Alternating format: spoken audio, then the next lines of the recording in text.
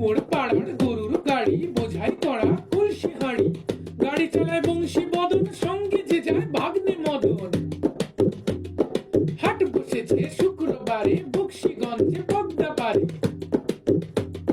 জিনিসপত্র জুটিয়ে এনে গ্রামের মানুষ বেচে কেনে, জিনিসপত্র জুটিয়ে এনে গ্রামের মানুষ বেচে কেনে।